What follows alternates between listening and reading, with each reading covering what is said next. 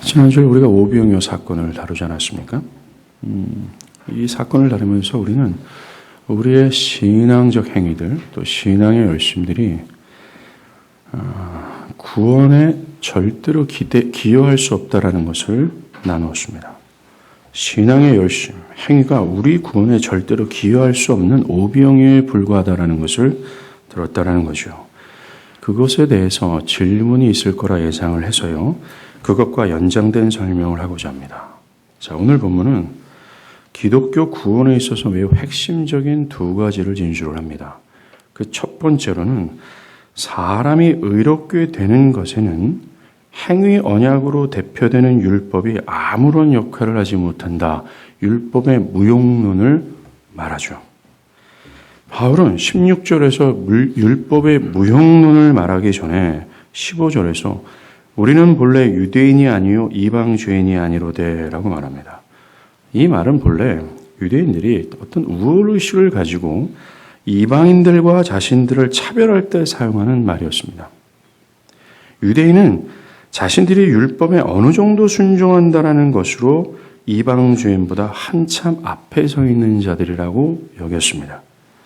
바울이 유대인들의 이런 우월의식을 동의해서 이렇게 말한 것이 아니라 어떤 의도를 가지고 말하고 싶었던 내용들이 있었다라는 겁니다. 그것이 16절입니다. 그의 의도가 16절에 드러나는 거죠. 그는 16절을 시작하면서 15절에 유대인들이 가지고 있는 고유한 우월의식을 뒤집어 버립니다. 우리말 성경에는 없지만 16절을 시작하면서 접속사 그러나로 시작을 합니다. 16절 볼까요? 그러나 의롭게 되는 것은 율법의 행위로 말미암는 것이 아니요 라고 말이죠. 바울은 유대인들에게 너희가 율법을 어느 정도 행한다는 이유로 이방 죄인보다 의롭다고 생각하잖아. 정말 그렇잖아. 그러면서 16절에 그러나 너희도 별 수 없어. 너희도 별 수 없이 의롭게 되려면 이방 죄인과 같이 예수를 믿어야 돼.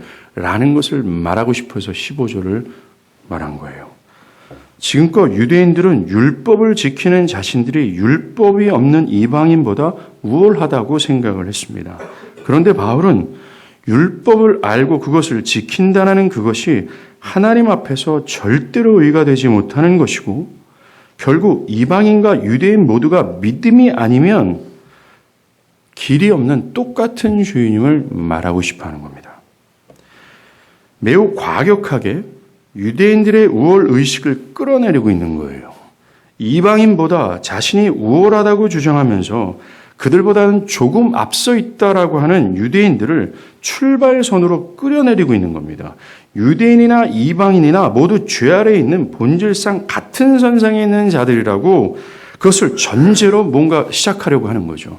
예, 바로 그거예요. 이 기독교 구원의 핵심적인 첫 번째 진술은 유대인이나 이방인이나 똑같은 출발선상에 있다라는 것을 전제로 시작한다는 겁니다. 모두가 차별이 없다라는 거예요. 어떤 인간도 우월하지 않는 똑같이 하나님의 심판 아래 있는 죄인이라는 겁니다. 즉 바울은 우리의 종교적인 행위나 열심들 있잖아요. 주일 정수 꼬박꼬박하고 교회에서 충성봉사하고 헌금을 통으로 드리고 선교하는 등등이 절대로 구원을 얻는 데 있어서 그것이 하나님 앞에서 의가 되지 못하고 그것을 한다고 해서 하지 않는 사람들보다 더 앞서 있는 것이 아니라고 얘기하는 거예요. 똑같은 선상에 있는 사람들 뿐이라고 얘기하는 겁니다. 어떤 종교적인 행위로, 우리가 여러분들 지난 시간에 우리가 종교적인 행위가 오병이어라고 얘기했잖아요. 보리떡 5개, 가난하게 이루 말할 데 없는 그 아주 저렴한 음식, 그리고 생선 2마리, 생선 2마리가 살이 포동포동 오른 것이 아니라 소스였다 그러죠. 아주 어떤 양념과 소금으로 짜게 절여져 있는 소스였어요. 보리떡이 아무런 맛이 없고 텁텁하니까 보리떡 먹고 쪽 빨아먹는 그 생선이 바로 오병이어 물고기 2마리였다라는 겁니다. 그런 형편없는 것들이라고 얘기했잖아요. 우리가 하는 모든 종교적인 행위나 도덕적인 행위나 뭔가 유대인과 같이 우월의식을 가질 만한 어떤 것들 모두가 다 하나님 앞에서 오병이어에 불과하다라는 거예요. 근데 유대인들이나 또 유대인과 같은 사람들은 오병이어 그걸 들고서 자랑하고 있다라는 거예요. 내가 이것 가지고 나는 다른 사람들보다 우월해라고 앉아 있는 거예요. 그런 우월의식을 갖고 있는 사람들에게 바울은 그를 끄집어내리면서 아니야 너희들도 별로 없어 별거 없어 너희들도 이방인과 똑같은 선상에서 시작해야 돼라고 얘기합니다. 바울이 이렇게 말하는 것은요 행위 언약의 특성 때문입니다. 하나님께서 명령한 모든 것을 마음으로나 행위로나 완벽하게 순종할 경우에 구원하시고 그렇지 않을 경우에는 죽을 것이라고 위협하셨어요. 이것이 하나님의 말씀으로서 절대로 취소되지 않을 영구한 언약이며 법령이에요. 즉 행위 언약의 핵심이라는 겁니다. 누구든지 구원을 받기 위해서는 이 요구를 충족해야 돼요. 이것은 영원토록 변함없는 하나님의 약속입니다. 지금도 마찬가지라는 거예요. 잘 들으셔야 됩니다. 헷갈리면 안 돼요. 여러분이 구원을 받고 싶다면 이 언약, 법령을 충족시켜야 돼요. 뭡니까? 성경에서 나오는 하나님의 모든 요구를 마음으로나 행위로나 완벽하게 순종할 수 있는 순종하여 얻은 의의가 있어야 된다고 얘기하는 거예요. 만약 그렇지 않을 경우에는 영원토록 멸망입니다. 만약 율법이 요구하는 순종이 완전한 것이 아니라 적당한 수준이었다면 구태여 성자께서 성육신 하셔서 율법에 대한 요구를 완전히 충족시키신 완전한 순종의 삶이 필요 없었을 것이고 율법의 정죄를 온전히 사하시기 위해서 십자가에 대신 죽을 필요도 없으셨었고 또 믿음을 통한 의에 전간하는 신학적 개념 또한 있을 필요가 없어지는 겁니다. 구원에 필요한 의는 이렇게 하나님의 모든 명령을 마음으로나 행위로나 완벽하게 순종하는 것이 있어야 되는 거예요. 그러나 타락한 인간은 지금 여러분이 마음속으로 생각하는 것처럼 타락한 인간은 절대로 그 누구도 이 행위 언약의 요구를 충족시킬 수가 없어요. 이것이 바울이 여러 서신서에서 얘기하는 율법의 저주입니다. 해야 되는데 하지 못하는 자신의 무능력으로 말미암아 모두가 다 멸망 아래 있게 됐다라는 것, 이것이 율법의 저주라는 거예요. 이 행위 언약 앞에서 즉 하나님께서 구원과 생명을 얻기 위해서는 모든 요구를 마음으로나 행위로나 완벽하게 순종해야 된다. 이 행위 언약 앞에서 우리의 종교적인 열심과 종교적인 행위가 뭐가 되겠어요? 오병이에 불과하다는 겁니다. 우리가 죽을 힘을 다해서 종교적인 행위를 애쓰고 노력하고 뭘 했다 해도 이 행위 언약 앞에서 우리는 한낱 그 모든 것들이 아무것도 아닌 것임을 절절하게 느끼게 되는 거예요. 이걸 깨달은 게 종교개혁자 마틴 루터였습니다. 마틴 루터는 어떻게 하면 하나님 앞에 나를 온전하게 만들 수 있을까? 그래서 그는 금식도 하고 기도하고 고행과 선행을 했지만 그렇게 하면 할수록 자기 마음에는 더 죄가 증가되는 것을 그리고 하나님의 말할 수 없는 의로심과 거룩함을 인식하게 되는 거예요. 그는 자신의 방식으로 자신을 의롭게 만들기 위해 애썼지만 그렇게 할 수 없었습니다. 이것이 율법을 따라 살고자 했던 사람들의 최후의 모습이에요. 이러한 이유로 바울은 율법을 가지고 그것을 어느 정도 지킨다고 자부하는 유대인이나 전혀 그렇지 못한 이방인이나 똑같다라고 얘기를 하는 겁니다. 여러분들이 좀 이따 얘기할 그리스도를 믿는 믿음으로 말미암아 그리스도와 연합하여 그리스도께서 갖고 있는 모든 것들을 공유하지 않았다면 그래서 참된 신자가 되지 않았다면 여러분들이 향하는 모든 종교적인 모든 수고는 그리고 그 모든 종교적인 수고를 했다고 해서 다른 교회 밖에 있는 사람들과 조금 더 우월한 것이 아니라는 것을 기억하십시오. 여러분들이 기억하는 정말 부패하고 부정하며 죽음 마땅한 놈이라고 여기는 그 사람과 나 자신이 똑같은 출발선상에 있다는 것을 명심해야 된다는 겁니다. 바울은 이걸 말하고 싶어하는 거예요. 구원의 시작과 복음의 시작을 말하면서 말합니다. 우리의 종교적인 행위나 열심, 도덕적인 삶과 남을 위해 사는 삶 등등이 그렇지 않는 자와 차별이 없다는 겁니다. 기독교 진리의 진수는 이렇게 유대인이나 이방인이나 모두가 죄 아래에 있는 본질상 똑같은 죄인이야라고 시작하는 거예요. 그래서 그 우월의식을 갖고 있는 사람들을 끌어내리는 거죠. 이와 같이 나 자신에게 구원이 임하기 위해서는 나 자신의 윤리적, 도덕적 의로움 모두가 소용없다라는 이 율법의 무용론을 인정하고 가장 밑에 있는 깊은 계곡에서 출발을 해야 됩니다. 우리가 하나님 나라에 들어가려면 출발해야 될 시점이 여기라는 거예요. 여러분들 오해하지 마십시오. 나는 멀쩡하게 살아가는데, 나는 어느 정도의 의의가 있는데 하나님이 나를 구원하시기 위해서 밑으로 꽉 끌고 내려가는다는 뜻이 아닙니다.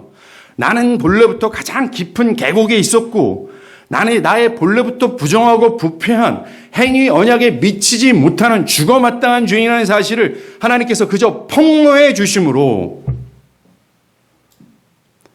내가 저 이방인들과 똑같은 선상에 있다라는 걸 발견케 하는 것뿐이라는 겁니다. 복음이 나를 지옥의 형벌에 떨어질 자와 같은 선상에 서게 하는 거예요. 그래서 본성상 내가 조금 도덕적이고 조금 종교적이라는 이유로 우월의식으로 가득한 교만한 나 자신이 하나님을 반역한 죽어마땅한 죄인이라는 사실을 절절하게 느끼고 깨닫게 하시는 거예요. 정말 일말의 선도 의도 없는 부끄럽게 짝이 없는 죄인 중에 괴수라는 사실로 나의 자아가 산산이 부서지는 것으로 구원이 시작되는 겁니다. 기독교의 구원은. 그래서 심령이 가난한 자가 돼서 마치 눈먼 바디메오가 나한테는 구원자가 필요해.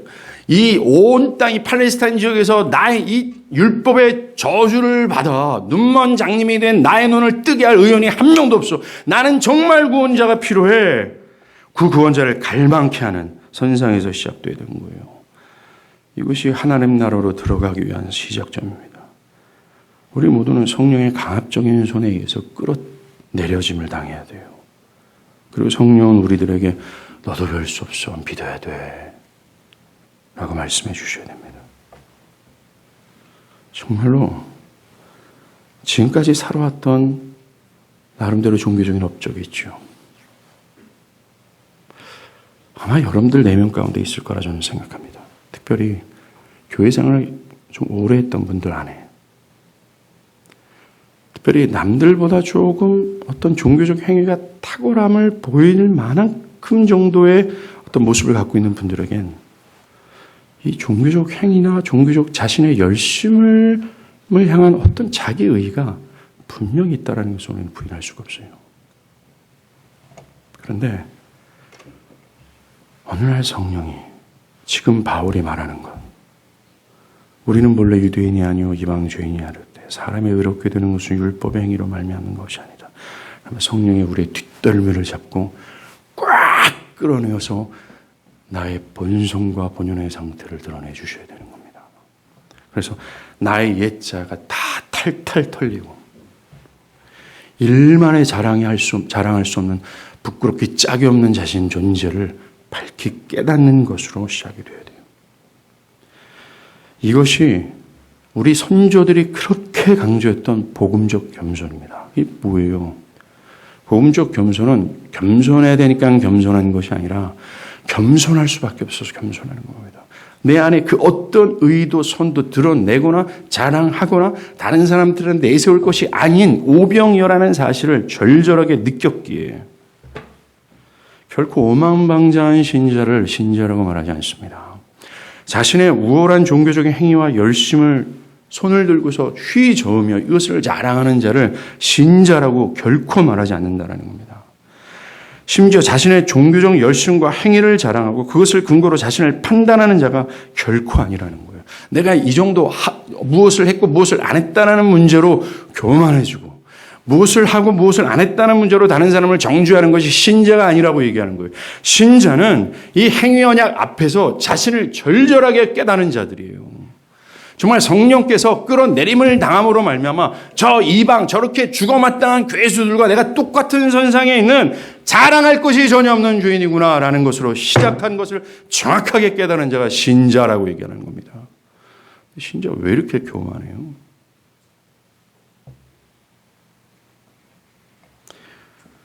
바울은 이렇게 유대인이나 이방인 모두를 죽어마땅한 죄인이라는 선상에 세워놓고 이후에 16절에 사람이 의롭게 되는 길을 제시합니다.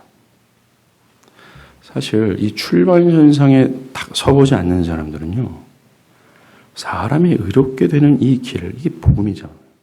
이 복음을 절대로 설레이는 마음이 없습니다. 기뻐함이 없어요. 그죠? 사면적인 겁니다. 다 알잖아요. 사람이 의롭게 되는 것은 믿음이라는 거 다 압니다. 그런데 이 복음이 그를 전율케 안 했어요. 그의 내면을 뒤집어 놓고 좀 이따 말씀드릴 변화가 없는 겁니다.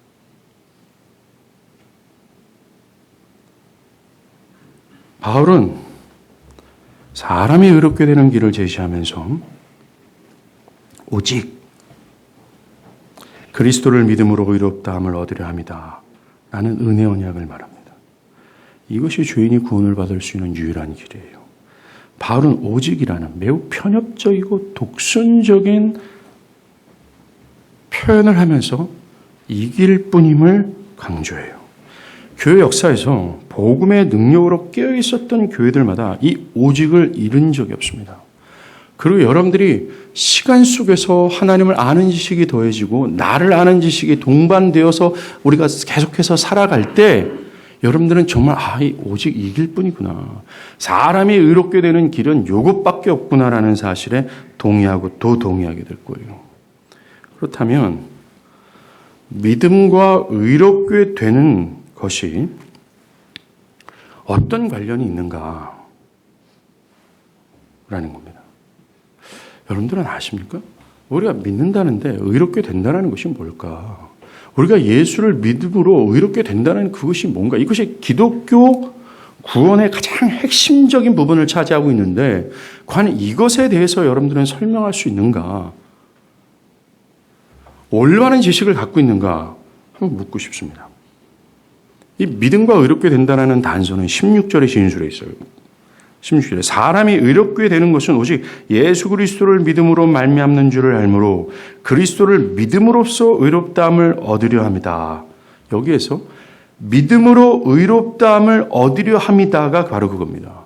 즉 믿음이 의롭다함을 획득하는 동작이라고 얘기하고 있어요. 믿음이 의롭다함을 얻을 수 있는 통로라고 얘기하는 겁니다. 믿음으로 의롭다함을 획득한다고 말을 하는 거죠. 자, 그렇다면 믿음을 통해 얻는 의롭다함이란 뭘까요? 믿음을 통해 의롭다함을 획득한다는데 이 획득한 의가 과연 뭘까라는 겁니다. 그것은 하나님께서 의롭다 하시는 것이 분명합니다. 아까 말씀드린 것처럼 행위 언약을 마음으로나 행위로나, 예를 들어서 예수님께서 마태복음 5장에 너희가 간음하는 것을 그저 결혼 밖에서 남자와 여자가 육체를 섞는 것을 간음을 하고 이해하지만 율법의 의도는 그것이 아니다. 뭐가 간음이라고 그랬어요? 여자를 보고서 음욕을 품는 것 자체가 간음이다라고 얘기했습니다. 그리고 형제를 나아가 저 바보 같은 놈이라고 말하는 것이 형제를 살인한 것이다라고 얘기했어요. 이것이 율법을 통해서 하나님께서 보여주고자 했던 행위 언약의 실체예요. 아까 제가 말씀드린 것처럼 행위 언약을 마음으로나 행위로나 완벽하게 순종한 그 의의를 의미합니다. 즉 믿음으로 의롭다함을 얻는다 할 때 믿음으로 얻는 의의 정체가 그 행위 언약을 마음으로나 행위로나 완벽하게 순종하신 의의를 획득한다라는 거예요. 아까도 제가 하나의 전제를 깔은 게 있죠. 뭡니까? 우리가 구원과 생명을 얻기 위해서는 이 행위 언약을 온전하게 충족시켜야 된다고 말씀드렸죠. 사랑하는 여러분, 오늘날 우리가 복음의 법, 믿음의 법, 은혜 언약 아래 있는 건 분명히 맞습니다. 그러나 태초에 아담과 함께 모든 인류와 언약하신 행위 언약은 하나님께서 하신 언약이기에 절대로 없어지지 않을 분명한 언약이에요. 이것은 지금도 여전합니다. 그런데 우리는 지금 복음을 듣고 있어요. 우리는 절대로 타락한 인간으로서는 이 행위 언약을 충족시킬 수가 없는데 바울은 길이 하나 있다. 오직 이 길뿐이다라고 하면서 우리의 귀를 확 열게 하죠. 믿음으로 그 일을 획득한다라고 얘기하는 겁니다. 모든 인류들에게 약속하신 그 법령을 완벽하게 완전하게 순종한 의를 믿음을 통해 얻기 때문에 의롭다 여겨주신다는 거예요. 자, 그렇다면 믿음을 통해 행위 언약을 완벽하게 충족시킨 그 의의 정체가 뭘까요? 도대체 누가 마음으로나 행위로나 하나님께서 요구하시는 그 완벽한 순종을 하셨나 이거예요. 우린 그 의를 획득하는 거거든요. 누굽니까? 우리의 믿음의 대상이신 그리스도 예수의 의예요. 자, 20절에 내가 그리스도와 함께 십자가에 못 박혔다 할 때 함께라는 단어는 연합과 온전한 일치를 뜻합니다. 사실 바울이 결혼에 대해서 얘기할 때 남녀가 육체로 하나 되는 것이 믿음으로 신자와 그리스도가 하나 되는 것이다라는 것을 명백하게 밝혔어요.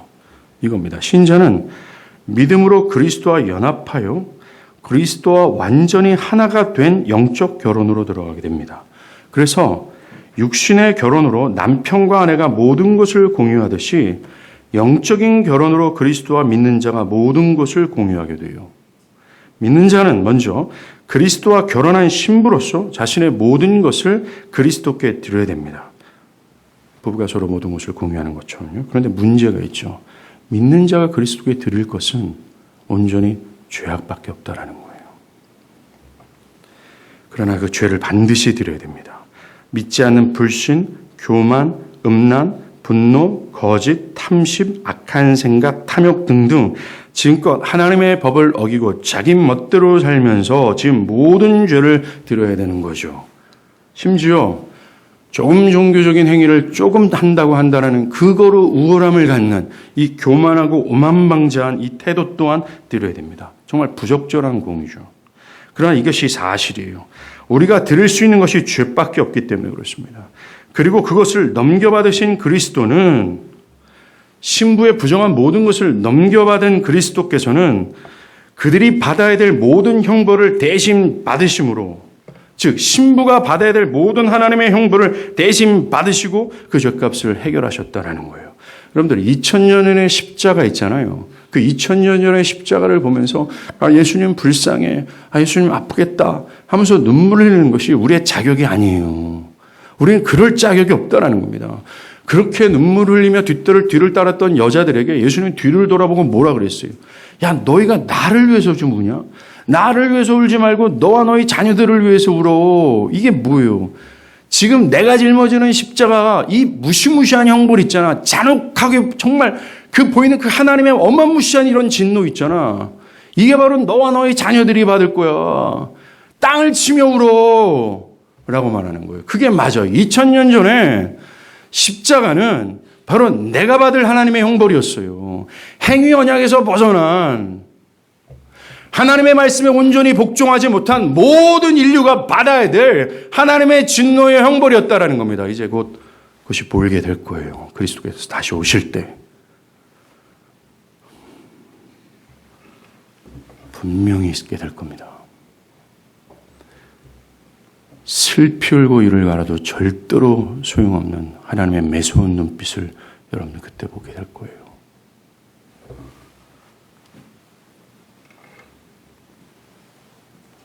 내가 받아야 할 그 무시무시한 형벌을 그리스도께서 대신 받으신 겁니다. 신랑 대신. 그 결과 믿는 자는 죄 없다함을 받게 되는 거예요. 그래야 하기에 구원을 받고 싶다면 우리는 믿음으로 그리스도께 의심 말고 드려야 돼요. 우리의 모든 죄의 짐과 저주로 생겨난 모든 것들, 열등감, 상처, 염려, 두려움, 걱정, 절망, 부끄러움, 감추고 싶은 과거의 모든 죄악들 또한 남김없이 드려야 된다는 겁니다. 이게 죄 사함을 얻을 수 있는 유일한 길이라는 거예요. 믿음으로라는 겁니다. 기독교가 말하는 구원은 여기서 멈추지 않습니다. 신랑 되신 그리스도는 믿는 자에게 그리스도와 그의 모든 것을 믿는 자에게 넘겨주세요. 아까 그랬잖아요. 결혼한 부부가 서로의 모든 것을 공유하는 것처럼 말이죠. 그래서 믿는 자는 그리스도와 그리스도의 모든 것을 자신의 것이라고 주장할 수 있어요. 고린도전서 1장 30절에 예수는 하나님으로부터 나와서 우리에게 지혜와 의로움과 거룩함과 구원함이 되셨다라고 말하지 않습니까? 이 연합으로 인해 믿는 자는 그리스도께서 하신 모든 것, 죄를 저항하시고 고통을 받으시고 기도하시고 하나님의 명령을 죽기까지 완벽하게 순종하셨던 그의 완전한 순종, 또한 그의 눈물과 땀과 고난과 죽음과 부활하심과 승천까지 모두 받게 되는 거예요. 그가 행위언약을 대표로 하는 이 율법을 마음으로나 행위로나 완벽하게 순종하신 그 의의를 우리는 받게 되는 것이고 영원무토록 이건 내 거예요 라고 주장할 수 있게 된다고 얘기하는 겁니다. 아까 말씀드렸잖아요. 행위언약을 우리가 어떻게 충족해요? 못한다 그러지 않았습니까? 그래서 멸망 아래 있을 수밖에 없는 율법의 저주 아래 있었어요. 그런데 우리는 믿음으로 그리스도가 대신하신 죄사함과 그리스도께서 모든 율법을 마음으로나 행위로나 완벽하게 순종하신 의의를 획득하는 겁니다. 받는 거예요. 믿음으로 얻게 하려 합니다. 라는 뜻이 바로 이거라는 겁니다. 그리스도의 것과 그리스도가 하신 그 일이 믿는 자의 것이 되는 거예요. 이것은 단순히 법적 선언만이 아니라 실제적인 공의며 양도가 되는 거예요. 그 결과 믿는 자는 하나님께서 구원을 위해 요구하셨던 행위 언약을 온전히 충족한 자로 역임을 받게 되는 거야. 뿐만 아니라 더 나아가 첫 아담보다 더 뛰어난 의, 그리스도처럼 역임을 받게 되는 거예요. 이것이 그 믿음으로 말미암아 의롭다 여김을 받게 한다는 의미의 뜻이에요. 우리의 구원은 단순히 죄사함만이 아니라 좀 더 적극적입니다. 우리가 믿음으로 그리스도와 연합하여 그리스도의 모든 것이 우리 믿음으로 획득된 자라면 하나님은 우리를 보시면서 뭐라 그러는 줄 아세요? 야, 너가 온 우주에서 가장 아름답다라고 얘기하는 겁니다. 온 우주에서 너처럼 완벽한 사람이 없어. 너는 정말 내 마음에 흡족한 자야 라고 말해준다는 겁니다. 뭘로요? 믿음을 통해서 말입니다. 어떤 사람들은 그 믿음 자체가 의롭다 여김을 받는 것의 대체라고 얘기해요. 믿는다면 하나님은 그 믿음을 보시면서 야, 의롭다 라고 생각하는데 이거는 개혁교의 진리가 아니에요. 꽝이라는 겁니다. 캐톨릭 교리예요. 우리는 믿음을 통하여 획득한 의 때문에 이것을 나의 것으로 주장하고 있기에 우리는 영원토록 의롭다 여김을 받게 된다는 겁니다. 기독교가 말하는 의롭다함을 받는 길은 오직 믿음으로 믿는 순간 완벽하고 완전한 의를 획득하는 거예요. 믿는 순간 무엇을 더할 필요도 없는 조금 더 모자란 의를 획득하는 것이 아니라 영원토록 완벽하고 온전한 의를 획득하는 겁니다. 바울이 오직이라는 편협하고 독선적인 표현으로 강조했던 이유가 이거예요. 죄인이 구원을 받을 수 있는 길은 이거밖에 없기 때문에 그렇습니다. 어떻게 죄인이 바둥바둥 살면서 행위 언약을 온전히 충족시킬 수 있어요? 불가능하다는 겁니다. 우리의 행위나 노력, 열심과 진실함으로 어떻게 그 행위 언약의 요구를 충족시킬 수 있어요? 불가능해요. 우리의 율법으로는 불가능하기 때문에 어떤 수와 길이 없기 때문에 오직 이길 뿐이다라고 강조를 한 겁니다. 그런데 어떤 사람들은요, 의롭게 되는 것이 그리스도의 대속을 믿음으로 과거의 모든 죄가 씻음을 받은 후에 죄사함을 받은 후에 끝도 없는 수고를 통해 종교적인 행위와 열심을 통해 그 의가 조금씩 축적되어 그 순간 하나님께서 요구하신 의에 도달해서 우리는 천국에 간다라고 말하는 사람들이 있습니다. 캐톨릭의 주장이죠. 이것과 사실 마틴 루터가 연락에 싸운 겁니다. 이런 주장은 나의 착한 행위로 인해 의가 점진적으로 쌓여진다는 것을 강조하는 거예요. 이것은 의롭게 되는 것이 인간의 노력으로는 안 된다라고 하는 성경을 전적으로 반박하는 주장입니다. 또 요즘 개혁신학을 위협하는 신율주의가 있어요. 세관점이라고 얘기를 하죠. 이들은 최종적인 구원은 하나님께서 명령하신 율법 안에 머물러 있어야 가능하다. 즉 율법을 끊임없이 지켜야 된다. 이는 인간의 공로와 노력에 의해 유지된다는 것으로 신인 협력적 구원관을 주장하는 거예요. 아니에요. 바울은요, 오늘 이어지는 본문을 통해서 구원받은 이후에도 율법의 무용론을 말합니다. 즉 믿음으로 말미암아 의롭다함을 받는 신자가 종교적 열심, 선행을 행한다고 해서 그들의 의의가 유지되는 것도 아니고 그것이 그들이 획득한 의에 더해지지 않는다라고 얘기하는 거예요. 여러분들이 연락에 무엇을 하는 것으로 믿음으로 획득된 의의가 증가되거나 덜해지는 것이 아니라고 말하는 겁니다. 철저하게 율법은 구원받기 이전이든 구원 이후든 절대로 우리의 구원과 생명에 조금도 기여하지 않는다라는 것이 주장이에요. 왠지 아세요? 이미 우리는 믿음으로 획득된 의가 완전하기 때문에 그렇습니다. 하나님께서 믿음으로 획득된 의를 보시면 더 이상 요구를 안 한다는 말입니다. 주일 성수도 요구 안 하고 헌금 내는 것도 요구 안 하고 충성 봉사도 요구 안 하고 선교도 요구하지 않는다는 말입니다. 우리의 구원과 생명에 있어서. 이것 가지고 자랑하는 사람들이 얼마나 안심스러운지 몰라요. 그것 가지고 자랑하는 게 뭡니까? 내가 믿음으로 획득한 의가 조금 모자라요. 그리스도의 공로가 조금 모자라기 때문에 내가 연락의 종교적인 열심과 행위를 해서 그 의에 더해야 돼요 라는 의식이 있는 겁니다. 이게 교만이죠.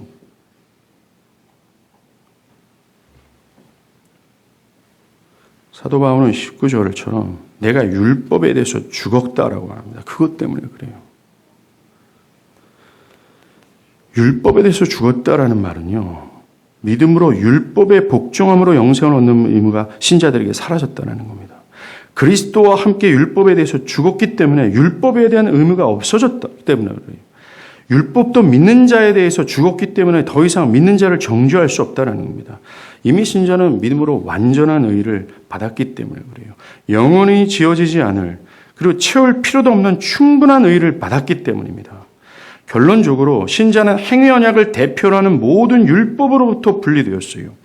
신자는 더 이상 하거나 하지 않는 것으로 영생과 소망과 또 영원한 사망에 대한 두려움을 두지 않는다는 겁니다. 자, 그렇다면 또 질문이 생겨요. 더 이상 신자들에게 이 율법은 아무런 상관이 없는 것일까? 결론적으로 말하면 신자들이 구원과 생명을 얻는 데 있어서 율법은 아무런 상관이 없습니다. 여러분의 신앙적 행위가 상관이 없다라는 거예요. 구원을 이미 받은 신자는 구원을 위해서는 직접 행해야 될 것이 없어요. 생명과 구원을 위해 필요한 모든 일은 그리스도께서 다 하셨기 때문에 그렇습니다. 성경은 믿는 것을 유일한 구원의 조건으로 말해요. 그러하기에 더 이상 신자가 이루어야 될 일은 아무것도 없고 일할 것도 없고 전혀 없습니다. 하나님께 드릴 것도 없고 오직 보화 되신 그리스도를 받아들이고 믿는 것밖에 없어요. 자, 이렇게 말하면 이제 질문이 생기죠. 자, 그렇다면 믿음으로 완전하게 의롭다함을 받았다면 더 이상 덜할 필요도 없고 더할 필요도 없는 완전하고 온전한 의를 우리가 소유했다면 아무렇게나 살아도 되는 건 아닙니까? 죄를 제어하는 율법에서 자유했다면 죄를 지어도 되는 것입니까?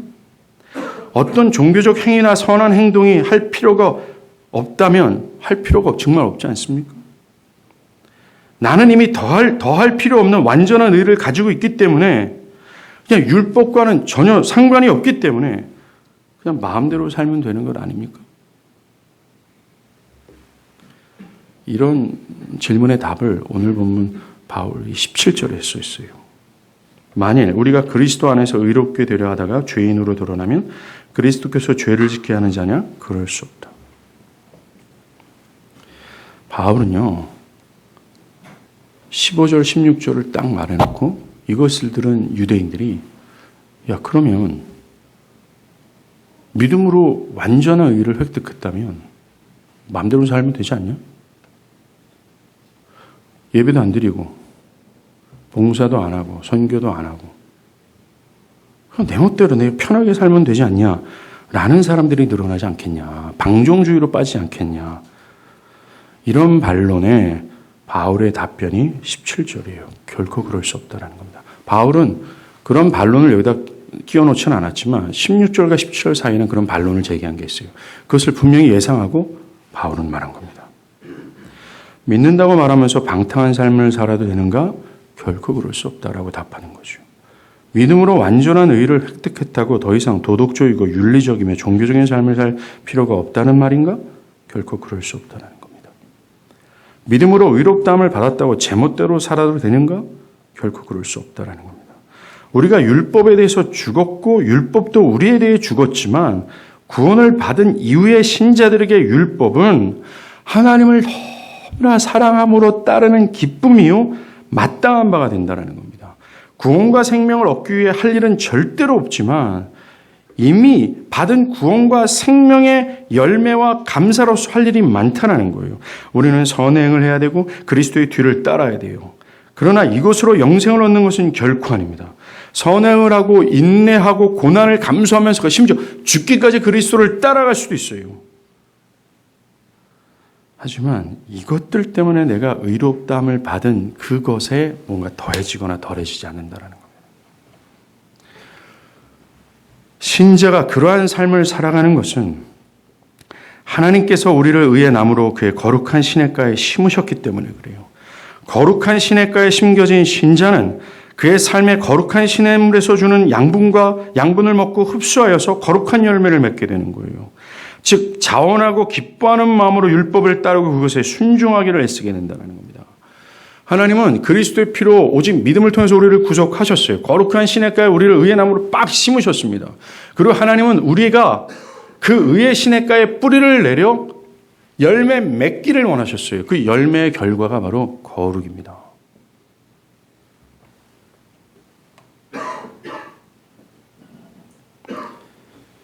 이것이 기독교 구원의 두 번째 진술이에요.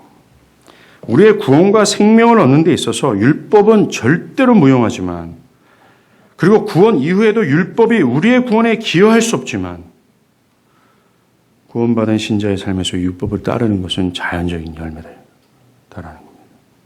기독교 구원은 변화된 삶의 열매를 맺게 한다는 거예요. 사랑하는 여러분, 기독교 구원, 신앙, 믿음은 그저 관념적인 것이 아닙니다.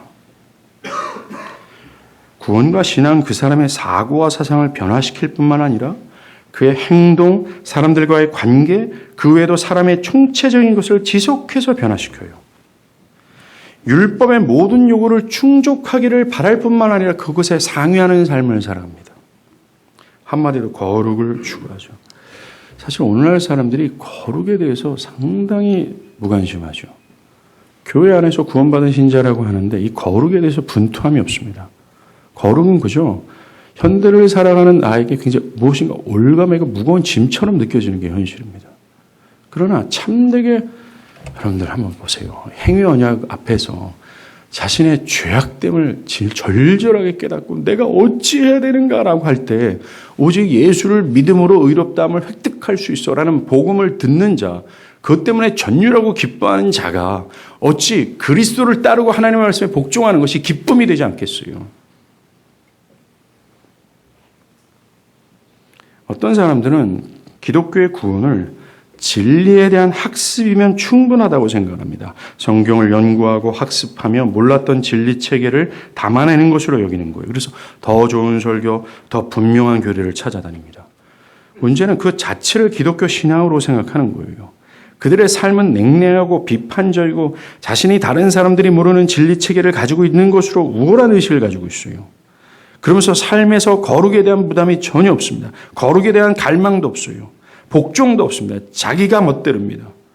또 앞에서 말하는 사람들의 반동으로 나온 사람들이 있어요. 진리질길 말하고 성경을 들고 있어도 냉랭하고 또 열렬함이 없는 사람들을 되게 위선적이다 판단하면서 어떤 뜨거움, 어떤 체험을 추구하죠. 은사주의나 오순절 사람들이 여기에 포함됩니다. 또 어떤 분은 진리, 뜨거움, 그거보다 삶이 더 중요해 라고 하면서 소외된 자들을 섬기는 것, 억울한 사람을 섬기고 그들의 해방을 위해 일하는 것이 중요하다고 외치는 사람들이 있어요. 이렇게 오늘날 다양한 색채를 가지고 기독교의 구원과 믿음과 신앙을 판단합니다. 그러나 이들 모두가 핵심을 놓치고 있어요. 이 두 번째 진술입니다. 뭡니까? 기독교 신앙과 믿음과 신앙, 구원과 신앙과 믿음은 변화에 있다라는 거예요. 이 변화는요, 그리스도가 그러했던 것처럼 그리스도께서 율법의 모든 명령을 순종하고자 하는 율법의 완성으로 딱 정해져 있습니다. 그리스도가 그러했던 것처럼 나도 그렇게 하고자 하는 열망과 방향성을 가지고 있어요. 이 변화라는 겁니다. 구체적으로 세 가지를 한번 말씀드려 볼게요. 변화. 첫 번째로는 십계명의 첫 번째 돌판이 요구하는 하나님 중심으로의 변화입니다. 1계명부터 4계명까지가 있잖아요. 첫 번째 돌판이요.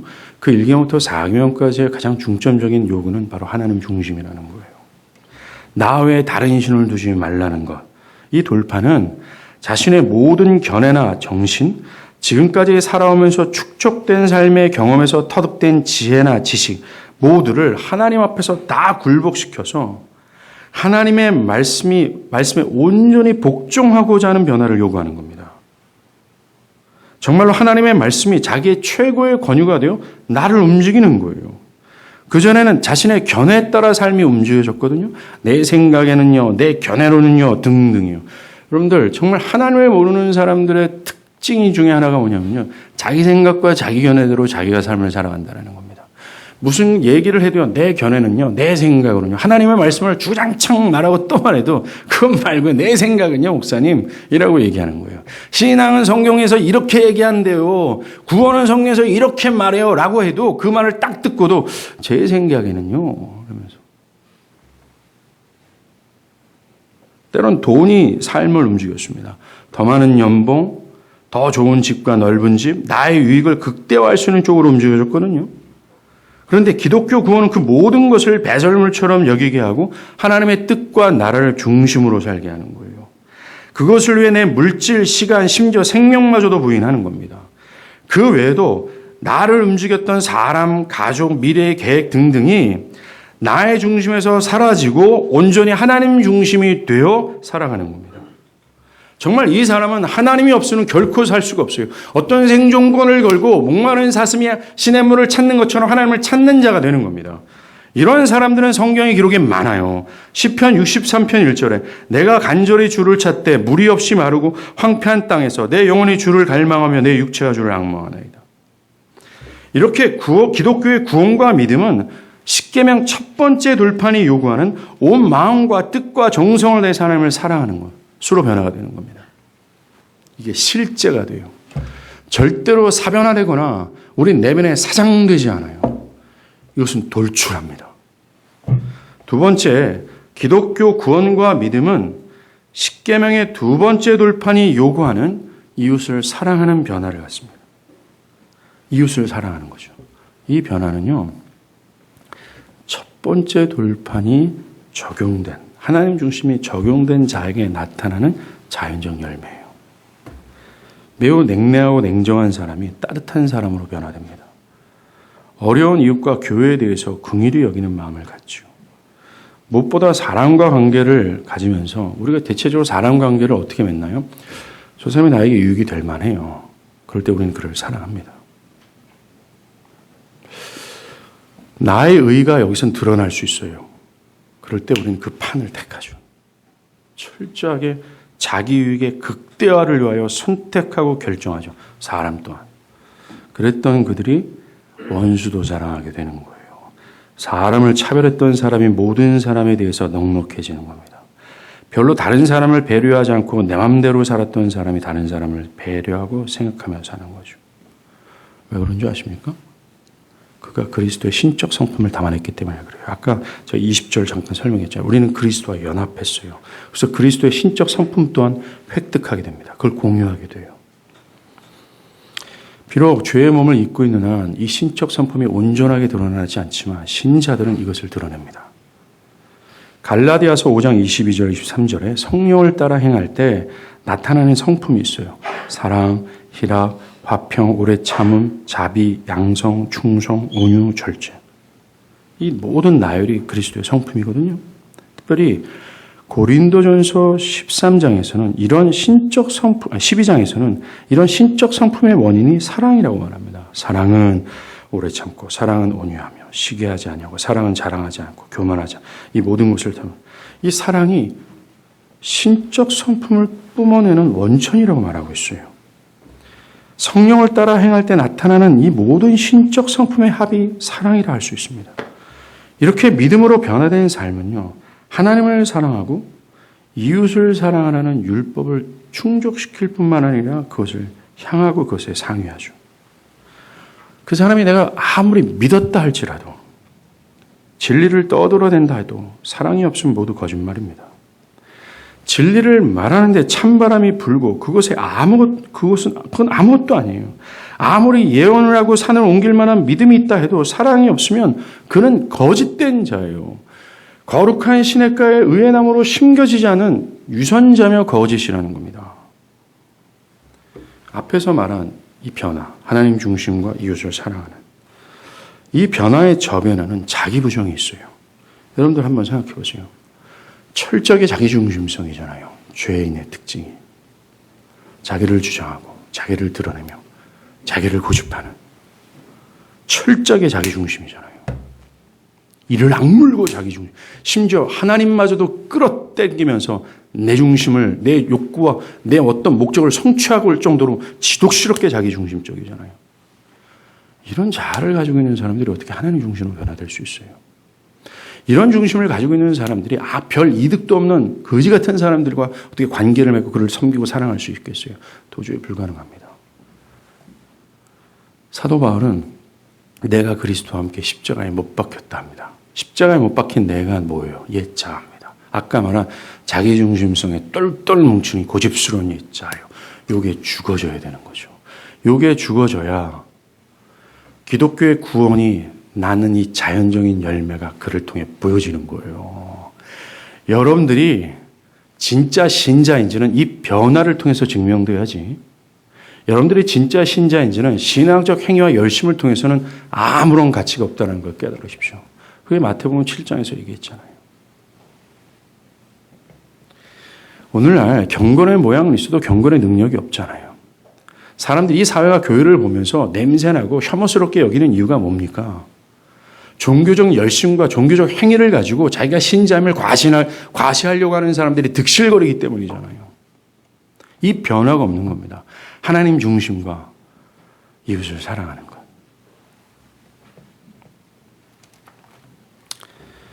이것이 율법과 신자의 관계입니다. 구원을 받는 것, 구원 이후에도 율법은 절대로 우리를 의롭게 할 수 없고 의의를 더할 수도 없습니다. 우리의 구원은 철저히 믿음으로 연합하여 받은 그리스도의 공로를 근거합니다. 그리스도께서 나를 대신해서 십자가에서 죽으신 그분의 공로와 그리스도께서 정말로 그 부정한 신부를 위해서 관대하게 베푸신 그 사랑과 그 약속을 어김없이 끊임없이 부패함에도 불구하고 여전히 너는 나의 신부라고 얘기해 준 그 사랑 때문에 그래요. 그리고 이러한 사랑으로 구원을 받은 사람들에게는 삶의 열매가 나타난다는 겁니다. 사도 바울은 기독교의 구원의 두 가지 매우 중요한 진술을 했어요.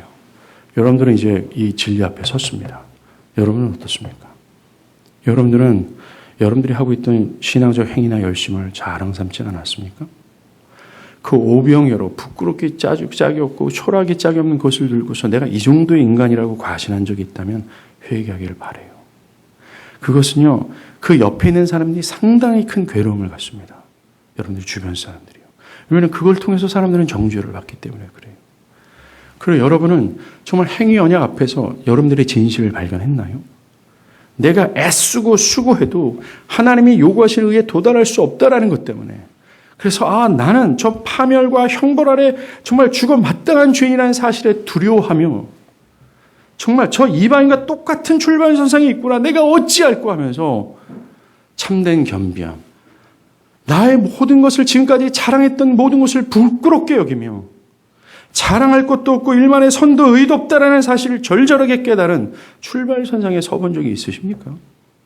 만약에 그렇다면 오직 믿음으로 말미암아 의롭다 여김을 받는다는 이 진짜 복음의 핵심, 기독교 진리의 핵심이 진짜 기쁜 소식이 됐고 정말 그래요? 그거밖에 없어요? 나는 그것을 붙들 거예요 라고 하면서 그 복음을 간절히 삼으며 붙들 겁니다.